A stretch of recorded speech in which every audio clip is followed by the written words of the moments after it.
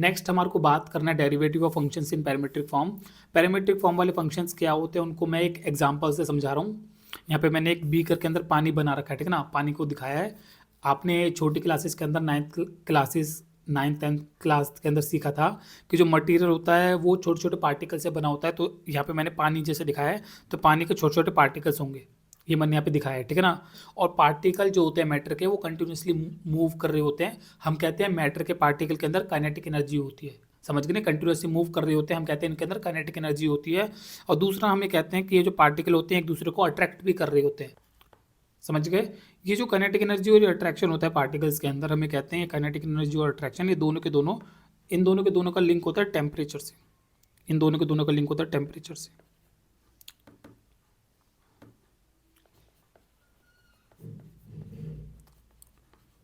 हमारे टेम्परेचर से लिंक होता है। अगर टेम्परेचर जो होता है वो बढ़ जाता है, अगर टेम्परेचर बढ़ जाता है तो जो काइनेटिक एनर्जी होती है वो बढ़ जाती है। आपने छोटे क्लासेस के अंदर सीखा था कि अगर हम जो पानी इसको मैं गर्म कर देता हूँ तो पार्टिकल जो होते हैं वो थोड़ा तेज मूव करना स्टार्ट कर देते हैं, काइनेटिक एनर्जी उनका बढ़ जाता है, ठीक है ना।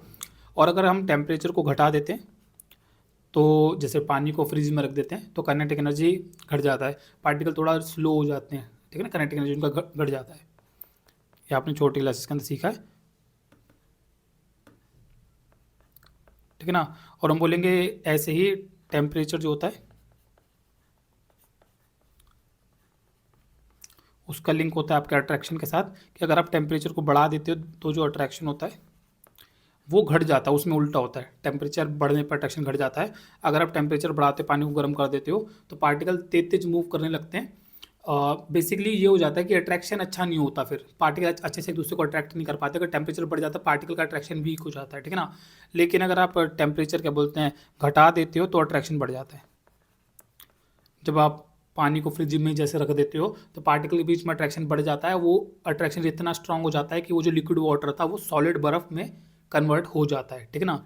तो मोटा मोटा हम ये कहते हैं, ये आपको समझ में आ रहा होगा कि काइनेटिक एनर्जी होती है पार्टिकल्स में और अट्रैक्शन होता है। और काइनेटिक एनर्जी और अट्रैक्शन इन दोनों का लिंक टेम्परेचर के साथ होता है कि टेम्परेचर घटता बढ़ता है तो काइनेटिक एनर्जी घटती बढ़ती है, टेम्परेचर घटता बढ़ता है तो अट्रैक्शन भी घटता बढ़ता है, ठीक है ना। तो हम यहाँ पे कह रहे हैं कि ये जो टेम्परेचर है इसका लिंक है काइनेटिक एनर्जी के साथ भी, और इसका लिंक है अट्रैक्शन के साथ भी, ठीक है ना।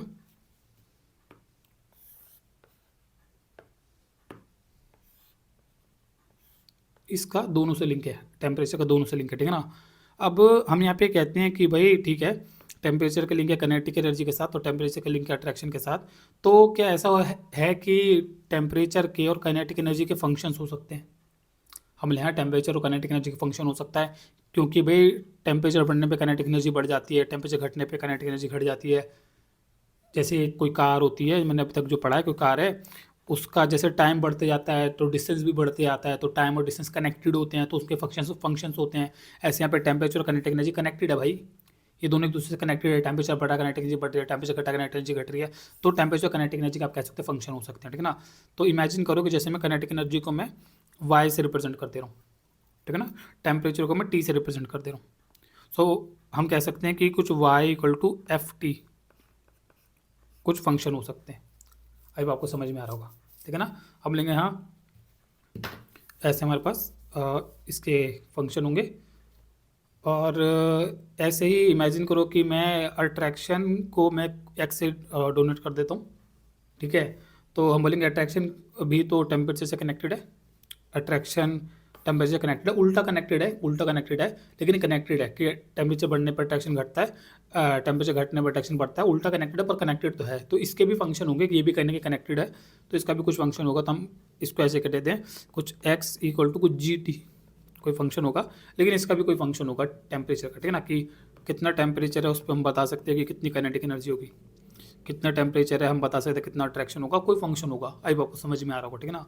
अब पॉइंट ये बनता है कि हम बोलेंगे क्या टेम्परेचर से काइनेटिक एनर्जी कनेक्टेड है, इनके फंक्शंस है, टेम्परेचर से अट्रैक्शन कनेक्टेड है, इसका कोई फंक्शन है।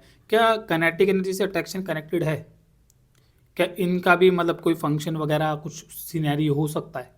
मतलब फंक्शन तो नहीं है, हम बोलेंगे इनका कोई डायरेक्ट फंक्शन तो नहीं है, मतलब समझ गए ना, एक्स और वाई का हमारे पास फंक्शन नहीं है, हमारे को ये बोलना होता है एक्स और वाई का हमारे पास फंक्शन नहीं है, हमारे पास एक्स और टी का फंक्शन है और वाई और टी का फंक्शन है, हमारे पास एक्स और वाई का फंक्शन नहीं है। पर क्या एक्स और वाई कनेक्टेड है? हम बोले हाँ कनेक्टेड है, ये कहीं ना कहीं कनेक्टेड तो है, क्योंकि सोच के देखो, अगर काइनेटिक एनर्जी बढ़ती है, अगर काइनेटिक एनर्जी बढ़ती है तो कब बढ़ती है? काइनेटिक जो तो काइनेटिक एनर्जी तो तभी बढ़ेगी ना जब टेम्परेचर बढ़ेगा, टेम्परेचर बढ़ने पे काइनेटिक एनर्जी बढ़ेगी। या फिर ऐसे सोचो, अट्रैक्शन से सोचो, अट्रैक्शन अगर बढ़ा है तो कब बढ़ेगा? अट्रैक्शन अगर बढ़ता है तो वो तो तभी बढ़ेगा जब टेम्परेचर घटेगा, और टेम्परेचर अगर घटा है तो काइनेटिक एनर्जी भी घटेगी। तो इसका मतलब भी होगा अट्रैक्शन अगर बढ़ता है तो काइनेटिक एनर्जी घटती है। आई होप मेरी बात आपको समझ में आई होगी। यहाँ मैं आपको कह रहा था कि टेम्परेचर बढ़ता है तो काइनेटिक एनर्जी बढ़ती है, टेम्परेचर घटता है तो काइनेटिक एनर्जी घटती है। यहाँ मैं कह रहा था टेम्परेचर बढ़ता है तो अट्रैक्शन घटता है, टेम्परेचर घटता है तो अट्रैक्शन बढ़ता है। यहाँ पे मैं ये सब कह रहा था, लेकिन यहाँ मैं कह रहा हूँ कि अगर टेम्परेचर घटने बढ़ने पर काइनेटिक एनर्जी का भी कोई लिंक है क्या, कि ये दोनों भी कनेक्टेड है क्या? हम बोले हाँ ये भी कनेक्टेड है। जिस तरीके से ये कनेक्टेड है इनके फंक्शन, जिस तरीके से ये और ये कनेक्टेड है इनके फंक्शन है, वैसे ये भी कनेक्टेड है भाई, कहीं ना कहीं डायरेक्टली नहीं पर इनडायरेक्टली कनेक्टेड है। क्योंकि आप सोचो ना, अगर अट्रैक्शन बढ़ा, वो कब बढ़ेगा? वो तो तभी बढ़ेगा जब टेम्परेचर कम होगा, समझ गए ना। और टेम्परेचर अगर कम हुआ है तो काइनेटिक एनर्जी फिर घटी होगी। तो इसका मतलब ये हुआ कि अगर हम इसको इसके हिसाब से देखा जाए, मतलब ये बीच में आप समझो ना, ये इन दोनों को कनेक्ट कर रहा है, ये एक कॉमन चीज़ है जो इन दोनों को कनेक्ट कर रही है। तो इसी की वजह से इन दोनों में कनेक्शंस बन रहे हैं, कि हम कह रहे हैं इसके ये अगर बढ़ रहा है तो घटेगा, और अगर ये घटा है तो मतलब ये घटा है तो ये कब घटेगा? मतलब अगर ये घटा तो ऑब्वियसली बात है टेम्परेचर बढ़ा होगा, और टेम्परेचर बढ़ा तो काइनेटिक एनर्जी भी बढ़ेगी, जिसका मतलब है कि इसके बढ़ने में काइनेटिक एनर्जी, मतलब इसके घटने में काइनेटिक एनर्जी बढ़ेगी। मतलब समझ पा रहे हो ना कि ये घटेगा तो काइनेटिक एनर्जी बढ़ेगी, और ये घटेगा तो काइनेटिक एनर्जी बढ़ेगी, समझ गए ना। मतलब इन दोनों में भी लिंक्स है, इन दोनों में भी कहीं ना कहीं लिंक्स है। एक्स वाई भी कहीं ना कहीं कनेक्टेड है। वो कैसे कनेक्टेड है? क्योंकि वो एक कॉमन क्वांटिटी टी से कनेक्टेड है, तो इस वजह से उन दोनों में भी आपस में कनेक्शंस बन रहे हैं, इसी वजह से उन दोनों में भी आपस में कनेक्शन बन रहे हैं। आई आपको समझ में आ रहा होगा, ठीक है ना। पर उन उन दोनों का सीधा सीधा कोई फंक्शन नहीं है, एक्स वाई का सीधा सीधा कोई फंक्शन नहीं है। आपको बोलना है एक्स और वाई का सीधा सीधा कोई फंक्शन नहीं है, एक्स और टी का फंक्शन है, एक्स और वाई और टी का फंक्शन है, ठीक है ना। वो दोनों एक्स और वाई एक कॉमन क्वांटिटी टी से कनेक्टेड है, और क्योंकि वो एक कॉमन क्वांटिटी टी से कनेक्टेड है, इस वजह से उन दोनों में कनेक्शंस बन रहे हैं। ये जो कॉमन क्वांटिटी होती है जो उन दोनों से कनेक्टेड हो रही होती है, जो दोनों से कनेक्टेड होती है और जिसकी वजह से एक्स और वाई में कनेक्शन बन रहे होते हैं, इसको हम पैरामीटर कहते हैं,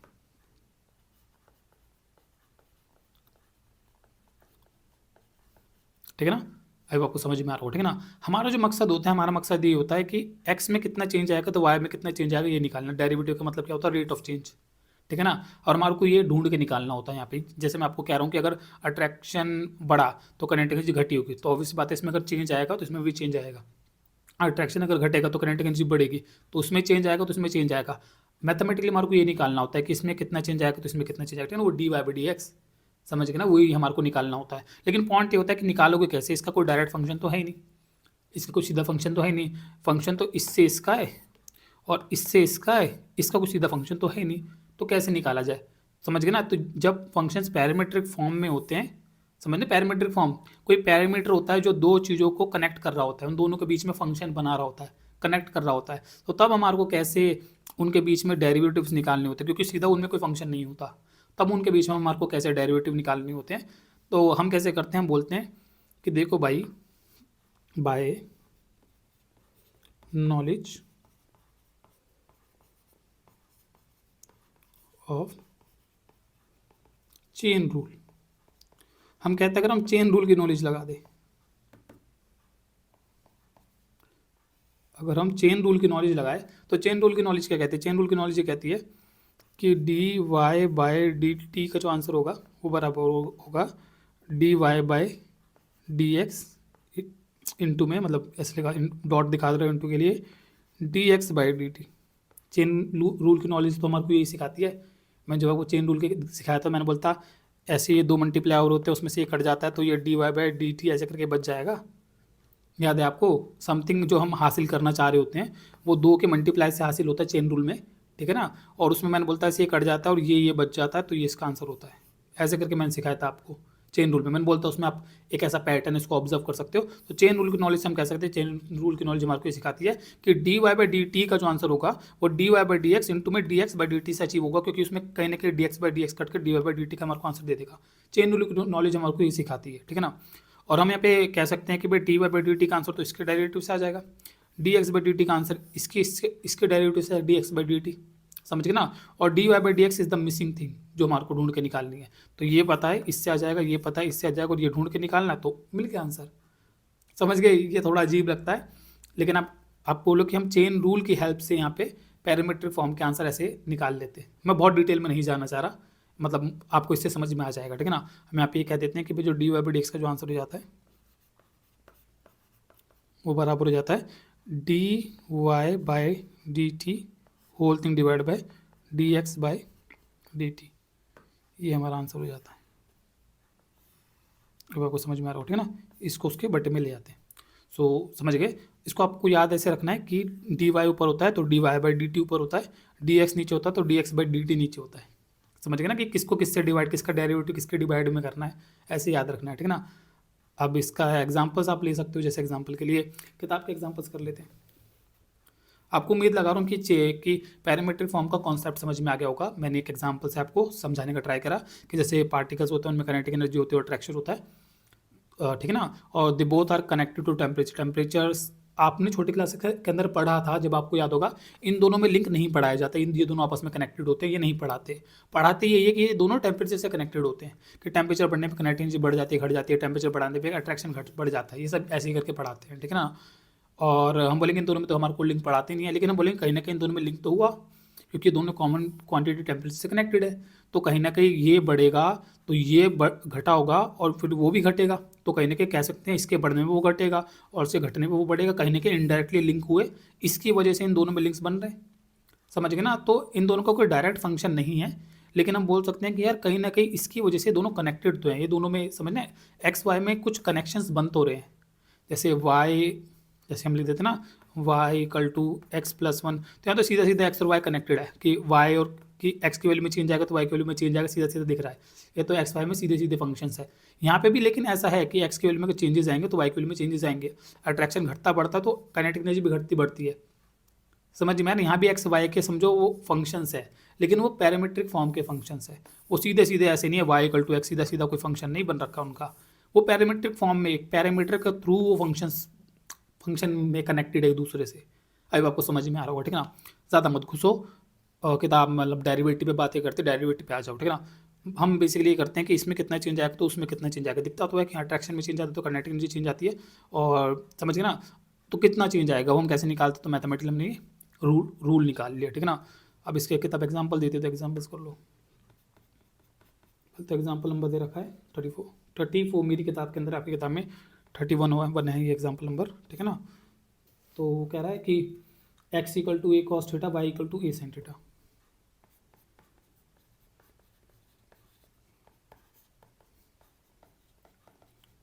ठीक है, तो हम बोलेंगे अच्छा ठीक है ये मेरे को ये दे रखा है।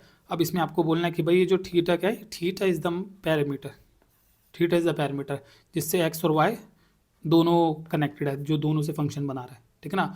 और समझ गए ना। और एक्स वाई जो है थीटा के जरिए आपस में कनेक्टेड है। थीटा इज़ द पैरामीटर, समझ गया आपको, समझ में आ रहा, ज़्यादा नहीं घुसना। और आपको बेसिकली बस इसके अब चेंज निकालना है कि D Y by D x कितना को वो ढूंढ के निकालना है, ठीक है ना। सो पहले आप D x by D theta निकालोगे यहाँ पे, वो कितना होगा। हम बोलेंगे डी एक्स बाई थीटा मतलब D x by D theta मतलब derivative with respect to theta, ठीक है ना। D x by D theta मतलब derivative with respect to theta, ठीक है ना। सो वो जगह ए माइनस का साइन थीटा, ठीक है ना। यहाँ पे D Y by D theta निकाल दो, ये की जगह ए कॉस थीटा, ठीक है ना। फिर हम बोलेंगे अगर आपको d Y by D theta निकालना है, d Y by D x निकालना है, तो वो जो हमने ऊपर रिजल्ट निकाला उसके अकॉर्डिंग डी वाई का जो आंसर है ए कॉस थीटा ऊपर आ जाएगा, और माइनस का ए साइन थीटा वो नीचे आ जाएगा, ए से कट जाएगा और आपका आंसर आ जाएगा माइनस का कॉट थीटा, ठीक है। बस ये आंसर आ गया। आई आपको समझ में आ रहा होगा, ठीक है ना। किताब डायरेक्ट करा देती है तो वो मेरे को पसंद नहीं आता, इसलिए मैं थोड़ा सा डिस्कशन करना पसंद करता हूँ। मैं एक एग्जांपल से इसलिए मैंने समझाया, ठीक है ना। एग्जांपल नंबर 32, उसमें कह रहा है कि आपको एक फंक्शन दे रखा है A equal to A T square to Y equal to A T. तो ये क्या है, again T is the parameter जो कनेक्ट कर रहा है एक्स और वाई को, ठीक है ना। So D x by D T निकाल दो, जो कि आपका आ जाएगा 280, ठीक है ना, और dy/dt निकाल दो जो कि आपका आ जाएगा 2a, ठीक है ना। और फिर यहाँ पे मैं सॉल्व कर देता हूँ, ठीक है, कर दो, यहाँ पे साइड में कर दे रहा हूँ, ठीक है ना। सो यहाँ पे आपका आ जाएगा dy/dx all equal to y वाला ऊपर 2a ऊपर, ठीक है ना, और x वाला नीचे 280, तो दैट इज इक्वल टू 1/80। अभी आपको समझ में आ रहा होगा, ठीक है ना। एग्जाम्पल नंबर 1 और यहीं पे हो जाएगा, 33 वाला भी यहीं हो जाएगा, जो कि कह रहा है कि x इक्वल टू है a ब्रैकेट में थीटा प्लस में साइन थीटा। एग्जाम में आप देखते समझ जाओगे पैरामीट्रिक फॉर्म का क्वेश्चन, एक्स वाई ऐसे अलग अलग बता रखा होता है, पैरामीट्रिक फॉर्म का क्वेश्चन देखते समझ में आ जाता है, ठीक है ना। और y equal to a bracket में 1 माइनस में कॉस थीटा, ठीक है ना। अब इसको हम करेंगे तो भाई dx/d थीटा, डी थीटा, ठीक है ना, वो आ जाएगा आपका a एस्टिस, और इसका आ जाएगा 1 प्लस में कॉस थीटा, फिर इसका आ जाएगा dy/d theta all equal to a एस्टिस, उसका आ जाएगा साइन थीटा हो जाएगा वो, ठीक है ना, प्लस का साइन थीटा क्योंकि माइनस देगा उसका, क्योंकि पहले से माइनस लगा हुआ है। फिर हम बोलेंगे dy/d x अगर आपको निकालना है तो y का आंसर ऊपर a साइन थीटा ऊपर जा जाएगा, ठीक है ना, और a ब्रैकेट 1 प्लस में कॉस थीटा नीचे आ जाएगा। ये कटने के बाद बस साइन बचे, उसने फॉर्मूलाज यूज़ कर दिए, 11th क्लास की ट्रिग्नोमेट्री लगा दी फिर, ठीक है ना। तो इसको आप ये कर सकते हो कि साइन, ठीक है ना, थीटा को लिख सकते हो 2 ब्रैकेट थीटा बटे में 2, ठीक है, 1 प्लस कॉस थीटा को लिख सकते हो 2 बटे में थीटा बटे में 2, ठीक है ना। फिर 2 थीटा के फॉर्मूलाज लगा सकते हो, तो जब यहाँ पे 2 थीटा के फॉर्मूलाज लगाओगे तो आ जाएगा 2 sine theta cos theta 2 थीटा/2 into में कॉस थीटा/2। आई आपको सॉरी 11th क्लास के फॉर्मूला सारे याद होंगे, ठीक है ना। तो ये साइन 2 थीटा का फॉर्मूला बटे में नीचे वो फार्मूला लगाना है, नीचे कॉस 2 थीटा के 4 फार्मूलाज होते हैं, उसमें वो फार्मूला लगाना है जो इस 1 को काट दे, उसमें वो 2 कॉस स्क्वायर थीटा वाला, सो 2 कॉस स्क्वायर थीटा/2, तो 2 से 2 कट जाएगा, एक कॉस से ये कट जाएगा, तो आपका 10 थीटा/2 ये आंसर आ जाएगा, ठीक है ना। आगे बढ़ते हैं। अब उसने एक एग्जांपल थोड़ा नोट दे रखा है, नोट को इग्नोर करना, पता नहीं आपकी किताब में नोट दे भी रखा है कि नहीं दे रखा है, मेरी किताब में नोट दे रखा है पर नोट्स को इग्नोर करना, ठीक है ना। आंसर क्वेश्चन आंसर पे ज़्यादा ध्यान दो। एग्जाम्पल नंबर दे रखा है उसने 34, कह रहा है कि ये करके दिखाओ x की पावर 2/3 y की पावर 2/3 कह रहा ऑल इक्वल टू a की पावर 2/3, ठीक है ना। अब किताब इस क्वेश्चन को जैसे करती है, मैं वैसे नहीं करा रहा, पहले मैं अपना तरीका कह रहा हूँ, लेकिन मतलब वो सिंपल तरीके से करा रहा हूँ, ठीक है ना। फिर मैं किताब के तरीके से कराऊंगा।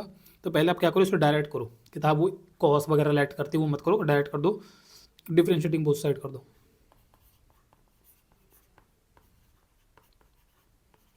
सीधा कर दो, सीधा डिफरेंशिएटिंग बोथ साइड कर दो। तो इसका क्या हो जाएगा, मतलब इसका डेरिवेटिव होगा तो 2/3 एक्स की पावर 2 माइनस 1/3 माइनस 1/3 1/3 आएगा, 2/3 में से 1 माइनस करोगे तो ये आएगा, ठीक है ना। और प्लस ऐसे इसका 2/3 वाई की पावर माइनस 1/3 आएगा, ठीक है ना। लेकिन इनटू में वो dy/dx होगा क्योंकि वाई का भी होगा। अब आपको समझ में आ रहा होगा, मैंने डायरेक्ट कर दिया ना, इसका ये आएगा, इसका ये आएगा, और वो वाई का भी होगा dy/dx, समझ में आ रहा होगा, ठीक है ना। ऑल इक्वल टू एक नंबर जिसके पावर 2/3 होगा पर वो एक नंबर ही होगा तो उसका डायरेक्ट 0 आएगा, ठीक है ना। फिर हम बोलेंगे आगे बढ़ा दोगे आप, तो ये हो जाएगा 2/3 एक्स की पावर पॉजिटिव हो जाएगी नीचे आके, बटे में 2 3 वाई की पावर पॉजिटिव हो जाएगी नीचे आके, और dy/dx ऑल इक्वल टू 0, उसको उधर ले जाऊंगा,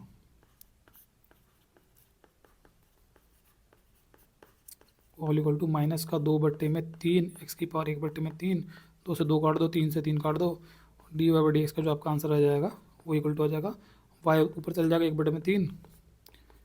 1/3 माइनस, और इतने से किताब का आंसर से मैच कर जाता है, बस ये हो जाता है माइनस y/x, और 1/3 का मतलब होता है थर्ड रूट, तो ऐसे रूट लगा के ये 3 1/3 समझिए ना, इसकी पावर 1/3 इसकी पावर 1/3 जिसको लेके जा सकता है y/x पूरे की पावर 1/3, और 1/3 पावर का मतलब होता है थर्ड रूट, तो वो थर्ड रूट लगा देना है, वो किताब का आंसर से आपका मैच कर जाएगा। अब किताब एक ऑल्टरनेट मेथड चूज़ करती है, उस ऑल्टरनेट मेथड को मैं करा देता हूँ, फिर एक्सरसाइज करना है। ऑल्टरनेट मेथड में किताब क्या करती है, किताब कहती है कि हम लेट कर लेंगे जो x है उसको लेट कर लेती है ए कॉस क्यूब थीटा, और जो y है उसको लेट कर लेती है ए साइन क्यूब थीटा। तो वो बेसिकली क्या करती है, वो उस समझो फंक्शन को, एक्स वाई को, उस फंक्शन को, अभी आप इस फंक्शन को क्या कह सकते हो, एक्स वाई का फंक्शन है, इसे क्या कह सकते हो, ये एक्स वाई का एक फंक्शन है, तो आप बोलोगे हाँ एक्स वाई का एक फंक्शन है। और इसे आप इम्प्लिसिट फंक्शन कह सकते हो। इम्प्लिसिट फंक्शन मैंने पढ़ाया था, एक्स वाई का एक फंक्शन होता है, उसमें वाई इक्वल टू ऐसे एक्स कितना है वो नहीं बता रखा होता, एक्स वाई आपस में एक दूसरे से थोड़े मिक्स हो रखे होते हैं, उसे इम्प्लिसिट फंक्शन कहते हैं। तो अभी आप इसे एक इम्प्लिसिट फंक्शन कह सकते हो, ठीक है ना। और मैंने ऊपर इसको इम्प्लिसिट फॉर्म में इसको सॉल्व कर दिया, कह सकते हो, ठीक है ना। किताब इसको इम्प्लिसिट फॉर्म में ना सॉल्व करके, किताब कह रही है कि इम्प्लिसिट फंक्शन है, पर किताब इसको इम्प्लिसिट फॉर्म में ना सॉल्व करके किताब इस फंक्शन को पैरामीट्रिक फॉर्म में कन्वर्ट कर रही है। किताब कह रही है कि मैं इस एक्स को एक कॉस क्यूब थीटा और इस वाई को ए साइन क्यूब थीटा लेट कर ले रही हूँ। किताब इसको ऐसे लेट कर ले रही है। अब आपको ये बता दूँ, ये जो लेट किया जा रहा है, कई बच्चे कहते हैं ये कैसे हवा में लेट कर लिए, क्या है ये, कहाँ से आ गए, cos cube theta sine cube theta कहाँ से आ गया। ये हवा में नहीं आया है, ये मेरे हिसाब से कई सालों पहले एनसीईआरटी में ये चीज़ें पढ़ाई जाती होगी, जो मैं आपको अभी बताऊंगा, और बाद में वो डिलीट कर दिया गया। जो मैं अभी आपको बताने वाला हूँ वो चीज़ें एनसीईआरटी में मेरे हिसाब से कई साल पहले पढ़ाई जाती होगी, बाद में वो चीज़ें तो डिलीट कर दी, पर उससे रिलेटेड ये एग्जाम्पल डिलीट नहीं करा मेरे हिसाब से। आपने 11th क्लास के अंदर ये पढ़ा है कि 11th क्लास के अंदर आपने पढ़ा ना कि ये होता है एक्स स्क्वायर प्लस में Y square all equal to A square. एक इक्वेशन है, एक किसकी इक्वेशन है, एक सर्कल की इक्वेशन है। जब इसको सॉल्व करते हो तो यू गेट सर्कल, आपको सर्कल मिलता है। ये सर्कल की इक्वेशन है, ठीक है ना। इसको सॉल्व करते तो सर्कल मिलता है। यहाँ पे जो ए होता है ये रेडियस होता है। जैसे आप x square plus y square equal to 5 square, अगर आप ये इक्वेशन बना के सॉल्व करोगे, ये बेसिकली आप इसे एक्स वाई के फंक्शन भी कह सकते हो कहने को। तो हम बोलेंगे इसका आप सॉल्व करते हो, वैसे फंक्शन नहीं है, मैं इस पर ज़्यादा डिस्कशन नहीं करना चाहूँगा इस पर कि क्यों ये फंक्शन नहीं है, पर मोटा मोटा आप इसे कह दो कि x square plus y square equal to 5 को स्क्वायर अगर आप इसे फंक्शन की तरह ट्रीट करो तो हम बोलेंगे कि, और आप इसे सॉल्व कर रहे हो, ठीक है ना, तो आप इसे सॉल्व करते हो तो आपको एक बेसिकली एक सर्कल मिलता है। इस सर्कल का हम कहते हैं सर्कल का इक्वेशन होता है, ठीक है ना। अब बोलेंगे ठीक है। अब ऐसे ही यहाँ पे, ठीक है, यहाँ पे कर देता हूँ। जब आप ये जो इक्वेशन इसने दी है ना, एक्स स्क्वायर एक्स की पावर 2/3 प्लस वाई की पावर 2/3 ऑल इक्वल टू ए की पावर 2/3, ये दिख रहा है सर्कल से बहुत मिलती जुलती इक्वेशन है। एक्स की पावर 2 प्लस वाई की पावर 2 इक्वल टू ए की पावर 2, इसकी जगह पे ए की पावर 2/3 वाई की पावर 2/3 इक्वल टू ए की पावर 2/3, इससे काफ़ी ज़्यादा मिलती जुलती इक्वेशन है। तो ये जो इक्वेशन है, ये इक्वेशन है, इसकी भी एक फिगर होती है, कुछ ऐसी ऐसे करके फिगर होती है, कुछ ऐसे करके फिगर होती है। जब इस इक्वेशन को आप सॉल्व करोगे आपको ऐसा सा एक फिगर देखने को मिलता है, तेरी माँ की आँख बन जा, ऐसा सा कुछ ऐसा सा एक फिगर बनता है when you solve this equation, ठीक है ना। तो ये वाई एक्सिस, समझ गए ना।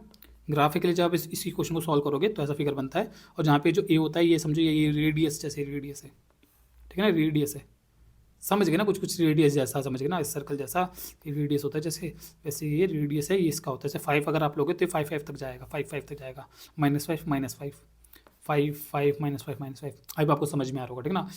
तो समझ गए ना, आई होप मेरी बात आपको समझ में आ रहा होगा। जैसे ये क्वेश्चन होता है सर्कल का, इस क्वेश्चन को सॉल्व करके आपको सर्कल मिलता है, वैसे ये एक खास फिगर होती है, इस फिगर का ये एक इक्वेशन है। अब आपको समझ में आ रहा होगा, ठीक है ना। यहाँ पे आपको याद होगा कि जब आपने क्या बोलते हैं 11th क्लास में पढ़ाई करी थी ट्रिग्नोमेट्री की, तो ये जो एक्स और वाई होते हैं ये साइन कॉस में कन्वर्ट हो जाते हैं। उम्मीद लगा रहा हूँ आपने अच्छे से पढ़ा होगा, ठीक है ना। तो जब हम यूनिट सर्कल लेते हैं, 1 लेते हैं, यूनिट सर्कल होता है 1 होता है, तो हम ये कहते हैं कि जो एक्स होता है वो क्लियरली हमारा कॉस थीटा होता है, और जो वाई होता है वो क्लियरली हमारा साइन थीटा होता है। नहीं पढ़ा तो वीडियोस देख लेना, मेरा 11th क्लास की वीडियोस भी मैंने अपलोड कर रखी है, बहुत अच्छे से पढ़ा रखा है, आपको पढ़ना हो तो, ठीक है ना। तो हम ये बोल देते हैं, ठीक है ना। लेकिन जब हमारे ये 1 की जगह कुछ ए होता है तो हम कहते हैं जो एक्स होता है वो ए कॉस थीटा होता है, और वाई जो होता है हमारा ए साइन थीटा होता है। ज़्यादा नहीं, मैं नहीं घुसना चाह रहा, ठीक है ना। ऐसे ही यहाँ पे जो एक्स होता है वो ये जो बोल रहा है ना, ए कॉस की पावर 3 थीटा ये होता है, और जो वाई होता है ये ए साइन की पावर 3 थीटा ये होता है। ये होता है, समझो।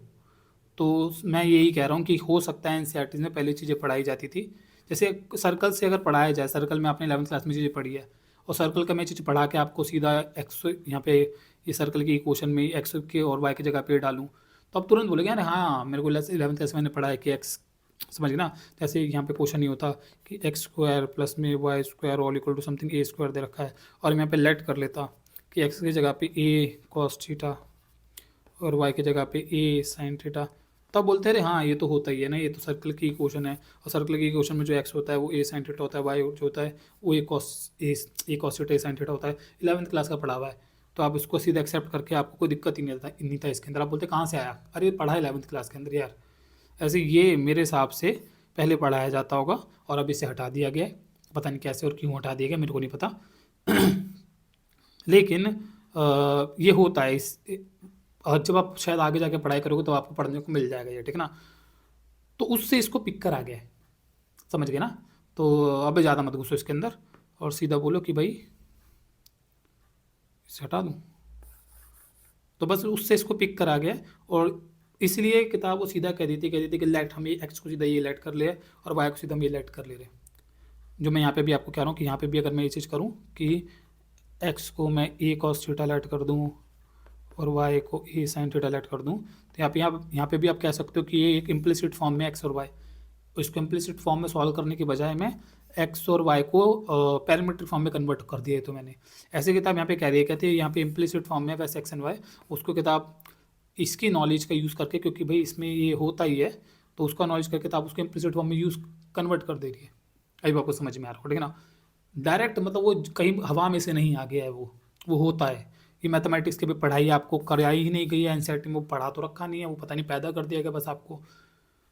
छोड़ो कोई नहीं, आगे बढ़ते हैं। फिर किताब एक तो क्या करती है, छोटा सा एक प्रूफ देती है, किताब छोटा सा प्रूफ देती है, कहती है कि भाई देखो एक्स की पावर 3 प्लस में वाई की पावर 3 ऑल इक्वल टू क्या बोलते हैं ए की पावर 2/3, मतलब ये सारा डाल के दिखा देती है। कहती है वो हो जाएगा ए कॉस क्यूब की पावर कॉस थीटा की पावर 2/3 प्लस ए साइन क्यूब थीटा की पावर 2/3, ठीक है, ऑल इक्वल टू ए की पावर 2/3 ये हो जाएगा कॉस स्क्वायर थीटा प्लस ए की पावर 2/3 ये हो जाएगा साइन स्क्वायर थीटा। समझ गए ना, साइन के पे भी 2/3 आएगा, लेकिन वो पावर 3 से 3 कट के 2 बचेगा, साइन पे कॉस पे भी वो 2 बचेगा, ए पे लेकिन वो 2/3 बचेगा।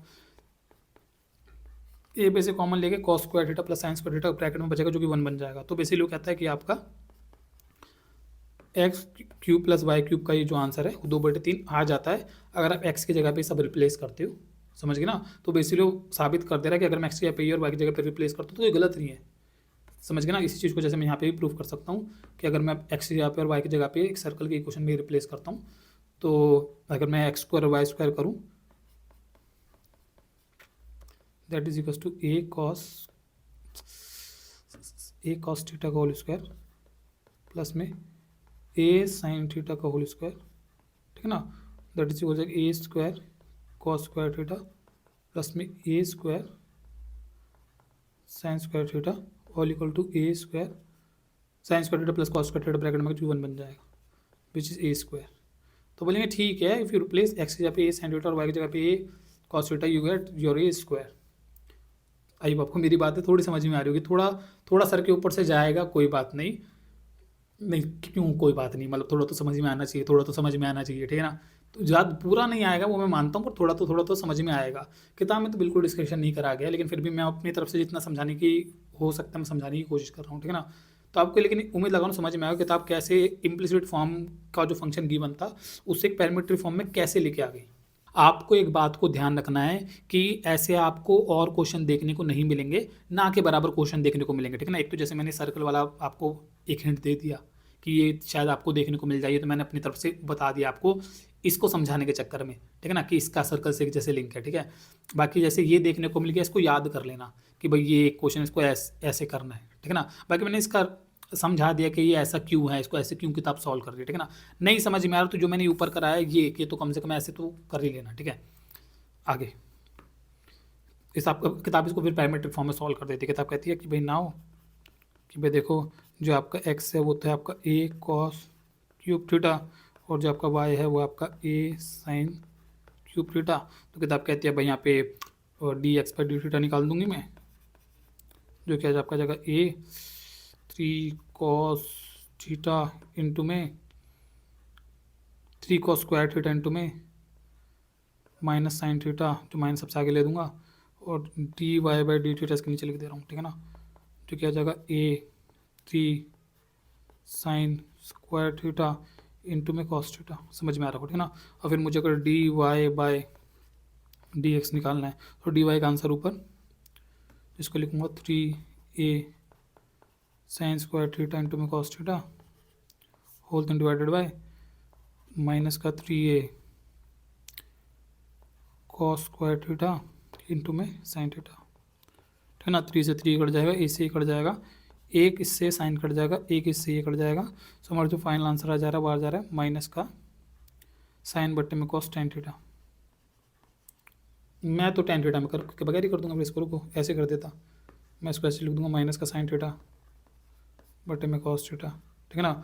और यहाँ से मैं वैल्यूज़ निकाल दूंगा,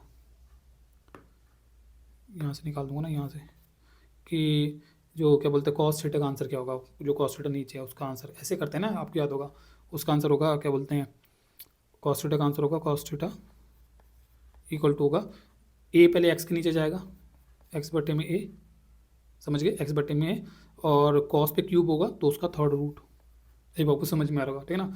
ऐसे यहाँ पे इसका आंसर क्या होगा, अब बोलेंगे यहाँ पे होगा जो साइन थीटा का आंसर होगा वो बराबर होगा ए, वहाँ पे पाई के नीचे जाएगा, ठीक है ना, और उसका थर्ड रूट, ठीक है ना। और साइन और कॉस के आंसर यहाँ डाल दूंगा। उसने 10 क्यों करा है, 10 किताब पता नहीं कैसे उसने अप्रोच करा है, 10 से मेरे को नहीं समझ में आ रहा, मेरे को मैं इससे कर रहा हूँ अभी, ठीक है ना। सो मेरा जो आंसर आ जा रहा है माइनस का साइन का जो मेरा आंसर आ जा रहा है वो आ रहा है थर्ड रूट ऑफ 5 बटे में ए, ठीक है ना, और उसका आ जा रहा है थर्ड रूट ऑफ एक्स बटे में, और क्योंकि दोनों का थर्ड रूट है दोनों को एक ही उस थर्ड रूट में ले लूँगा, वाई बटे में ए इंटू में ए बटे में एक्स हो जाएगा का थर्ड रूट, फिर ए से ही काट के वाई बटे में ए का वाई बटे में एक्स का थर्ड रूट और माइनस में। आंसर तो मेरा मैच कर जा रहा है, पर किताब में 10 से कैसे करा मुझे वो समझ में नहीं आ रहा, पर मैं ज़्यादा टाइम वेस्ट नहीं करना चाह रहा। 10 से कैसे करती है इस कम वक्त नहीं, छोड़ो कोई बात नहीं, हमारा आंसर आ गया, ठीक है ना, आंसर आ गया वो इंपॉर्टेंट है, ये आंसर ठीक है। चलो ठीक है, आंसर तो आ गया, बाकी आगे फिर किताब ने एक्सरसाइज के क्वेश्चन आंसर दे रखे हैं, उनको अटैम्प्ट कर लेते हैं। ये जो लास्ट मैंने क्वेश्चन करवाया इसका बात को ध्यान रखना, ये एक लौता एक अजीब सा कॉम्प्लिकेटेड क्वेश्चन है, आपको और ऐसे कॉम्प्लिकेटेड क्वेश्चन देखने को नहीं मिलेंगे, ठीक है ना। बाकी सारे किताब के क्वेश्चन नॉर्मल है, जो मैंने अभी शुरुआत में जो पैरामीट्रिक की नॉर्मल सी बातें बताई इन्हीं पे, बाकी सारे भी क्वेश्चन नॉर्मल इसी पे चलेंगे, ठीक है ना। तो बाकी और कोई ड्रामा नहीं मिलेगा आपको, ठीक है। तो इसका जो फर्स्ट क्वेश्चन वो क्या है, कनेक्टेड कहता है X Y connected parametrically, X Y parametrically connected है by equation given in the all that, ठीक है ना, without eliminating the parameter find the, ठीक है ना, all that. Without eliminating the parameter का मतलब है कि आप ये भी कर सकते हो कि एक्स वाई को पैरामीटर के थ्रू कनेक्ट कर सकते हो, X equal to 2a square दे रखा है, ठीक है ना, वाई इक्वल टू ए की पावर ये दे रखा है। तो यहाँ पे पता है क्या हरकतें की जा सकती है, ऐसे किया जा सकता है, देखो मेरे को जो x है उसको मैं लिख सकता हूँ, क्या बोलते हैं जो t है, t स्क्वायर जो है, I can write the t square equal to x बटे में 2a, ये लिख सकता हूँ, ठीक है ना। ये x वाले का मैंने आंसर निकाल लिया, ठीक है ना। और जो y का है y को a t का स्क्वायर बटे में स्क्वायर लिख सकता हूँ, और y इक्वल टू a यहाँ पे लिख सकता हूँ x बटे में 2a, क्योंकि इसकी जगह पे स्क्वायर, तो मैंने x और t y x का फंक्शन क्रिएट कर दिया, t एलिमिनेट कर दिया, तो वो कह रहा है ये हरकत मत कर देना, डोंट डू दिस, ठीक है ना, ये मत करना, ठीक है ना। एक्स वाई समझ गए ना, एलिमिनेट करे बगैर ही निकालना, उसको ऐसे रख के ही निकालना, समझ में आ रहा है वो क्या कह रहा है, ठीक है, आई होप समझ में आ रहा होगा आपको, ठीक है। तो हमें कहेंगे भाई यहाँ पे निकालना D x by D theta, oh D theta कह रहा हूँ, डी टी, ठीक है, D x by D T, तो वो आ जाएगा आपका क्या बोलते हैं 4a t, ठीक है ना, और d Y by D t that is equals to 4a t की power 3 d Y by D x, y वाला ऊपर 4a t की पावर 3 और 4a t square, answer check करते चलने हैं 5.6 6 टी स्क्वायर। ठीक है, अगला है जो है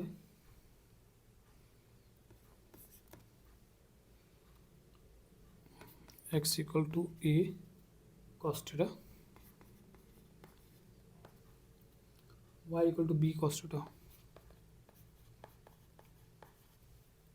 ए cos theta b cos theta. ठीक है, तो हम बोलेंगे यहाँ पे d x by D theta निकालूंगा, जो कि हो जाएगा आपका a माइनस का साइन थीटा, और d y by d theta निकालूंगा, जो कि माइनस का बी साइन थीटा। ठीक है ना। अब d Y by D x निकालोगे अगर, सब वाई वाले ऊपर, माइनस का बी साइन थीटा ऊपर, माइनस का ए साइन थीटा नीचे, कटने के बाद आ जाएगा बी बटे में ए। ठीक है, थर्ड है आपका X equal to sine T, और Y equal to cos two T. ठीक है, D x by D T cos T, D Y by D T cos two T का, तो minus sine two T, chain rule लगेगा। ठीक है ना, फिर टू टी का हो जाएगा इंटू में टू, तो हम बोलेंगे ठीक है। फिर आपका d Y by D t, D Y by D x, y वाले ऊपर टू का आगे लिख दूंगा, माइनस में sine two t whole thing divide by cos T.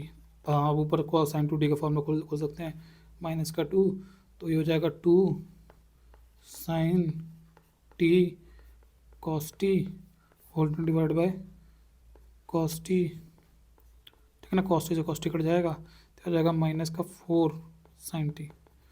Answer एक बार में चेक कर लूँगा, 3 4 कोई नहीं। चौथा वो कह रहा है कि x equal to 4t, y equal to 4/t। अब लेंगे d x by D t all equal to हो जाएगा 4 and d Y by D t, ये हो जाएगा 4 तो 4 रहेगा, 1/t का हो जाएगा माइनस का 1/t स्क्वायर, ये हो जाएगा। ठीक है ना, सो आपका आ जाएगा D Y by D x का answer all equal to Y वाला ऊपर, तो माइनस का 4/t स्क्वायर बटे में 4 कट जाएगा, वैसे तो सही बात है, 4 से 4 तो आ जाएगा माइनस का 1/t स्क्वायर, बी बटे में ए माइनस का साइन टी माइनस का 1/t स्क्वायर। ठीक है, पाँचवा X equal to cos theta minus में cos two theta, Y equal to sine theta minus sine two theta.